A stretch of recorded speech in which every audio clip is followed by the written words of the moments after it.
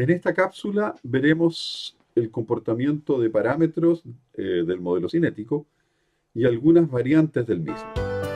Ya hemos visto esta curva que describe la variación de la velocidad específica de fractura, el parámetro SI, con el tamaño de partícula en un molino de bolas. Esta velocidad de molienda crece con el tamaño de partícula hasta alcanzar un límite en que por el tamaño de las partículas el medio de molienda ya es incapaz de garantizar su fractura y cuando este tamaño crece aún más, definitivamente esta fractura empieza a hacerse cada vez menos probable. En los molinos semiautógenos vemos una conducta similar, pero ahora extendida. Los tamaños en los molinos semiautógenos son bastante más extensos. Entonces, en esta zona decreciente, las partículas pueden seguir creciendo y esta velocidad de molienda también decrecer aún más, generando en este tramo de tamaños lo que se llama, en idioma inglés, pebbles. No tiene una traducción habitual en el ámbito industrial en castellano. Se habla simplemente de pebbles, de piedrecitas. Y esto se refiere a aquellos cuerpos que son demasiado pequeños para fracturarse por su propio peso y demasiado grandes para ser fracturados por los medios de molienda. En tamaños mayores, el peso de la partícula durante la caída es mérito suficiente para alcanzar energías que conduzcan a su fractura. Entonces, en esta flecha vemos los rangos en que operan los molinos autógenos y semiautógenos, los molinos de bolas que trabajan con alimentación gruesa, que alcanzan a presentar este comportamiento, y los molinos de bolas que trabajan con alimentación fina. Algún equipo previamente ha resuelto la molienda de este tramo, y donde por lo tanto esta conducta de disminución es apenas perceptible. En esta flecha de abajo tenemos también señalado el rango en que la fractura ocurre en buena medida por compresión, mientras que en este otro caso tenemos el quiebre por partición y por abrasión, es decir, el desprendimiento de trozos microscópicos producto de la fricción entre partículas. En esta lámina vemos ahora el efecto en molinos principalmente de bolas del tamaño de bola, pero esto podría aplicarse a un semiautógeno también. Se ve que a medida que el tamaño de bolas decrece, usamos bolas más pequeñas, mejora el desempeño en la molienda más fina, aumenta el número de puntos de contacto y aún así la energía del contacto es suficiente para triturar a la partícula pequeña.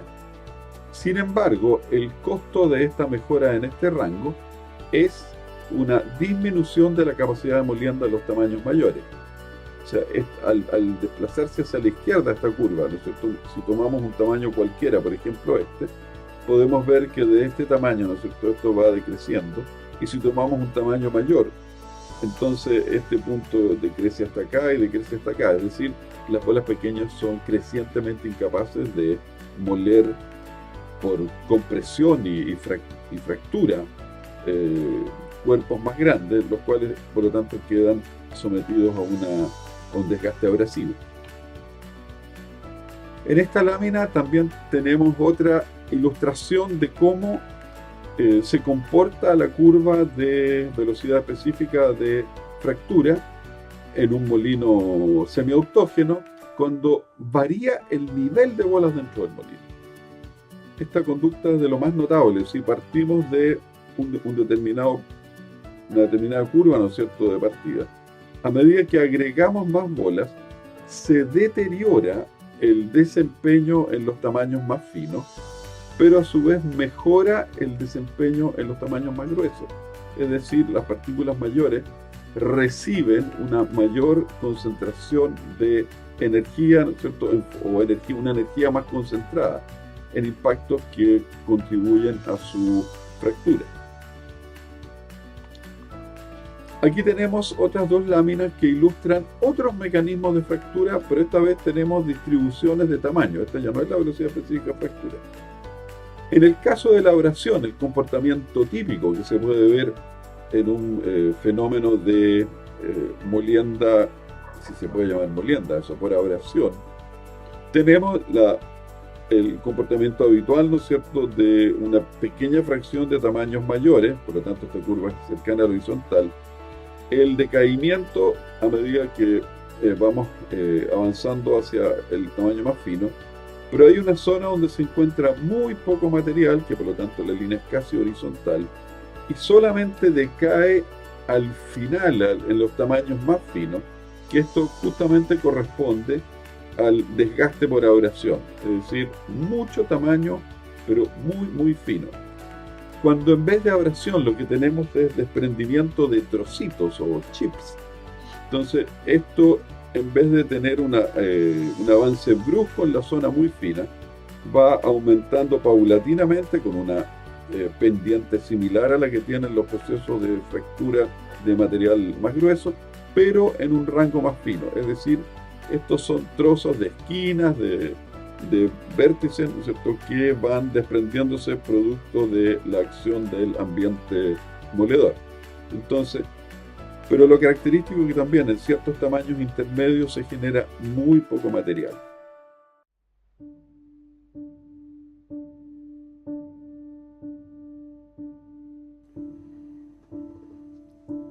En esta parte de la cápsula ahora veremos el resultado de una serie de experimentos donde se varió la energía específica de molienda en un molino de laboratorio a través de variar la fracción de la velocidad crítica 0,53, 0,60, 0,80, el nivel o volumen de bolas 0,50, 0,50, 0,35 y la fracción de llenado de huecos, que se mantuvo en realidad constante. Según eso, se alcanzaron 6 niveles distintos de intensidad energética dentro del molino, que condujo, para una misma alimentación inicial, a 6 distribuciones de tamaño de fragmentos, todas claramente distinguibles una de otra. En esta gráfica se muestran las curvas cinéticas de desaparición para cada uno de estos experimentos. Ahí se ve que las pendientes varían en función justamente de las intensidades energéticas respectivas. Precisamente, si ahora se normalizan estos datos en función de la energía que ha recibido el molino en cada una de las etapas, encontramos que todas las curvas se funden en una sola. La pendiente de esta curva unificada recibe el nombre de velocidad específica de fractura en función de la energía y se denomina habitualmente SIE. La velocidad específica de fractura en función del tiempo y en función de la energía están relacionadas. Si consideramos el hold up o carga contenida en el molino y la potencia que consume el molino, la relación entre ambas magnitudes es que el producto de la velocidad específica de fractura por la carga del molino dividido por la potencia nos entrega la velocidad específica de fractura en función de la energía. Dimensionalmente, la velocidad específica de fractura tiene valores de 1 partido por tiempo. La carga del molino tiene valores de masa y la potencia tiene valores de energía partido por tiempo. El tiempo desaparece, por lo tanto, de la expresión y nos queda el inverso de la energía específica. Es decir, esta magnitud SIE tiene dimensiones de toneladas por kilowatt hora. Hecha la definición anterior, entonces podemos adaptar nuestra ecuación de balance de materia, nuestra ecuación cinética, a las nuevas coordenadas. Si la ecuación original está en función del tiempo, podemos hacer la transformación de tal manera que la diferencial del tiempo pueda ser sustituida por la diferencial de energía, considerando la definición. Y al hacer la sustitución tenemos una ecuación muy similar a la anterior, pero en función de la energía específica que se ha agregado al molino, donde característicamente está el término que marca la desaparición de materia del tamaño I hacia tamaños menores y la aparición de fragmentos de la fractura de tamaños mayores que van a dar a tamaño I. Por último, aparece la ecuación en su forma matricial.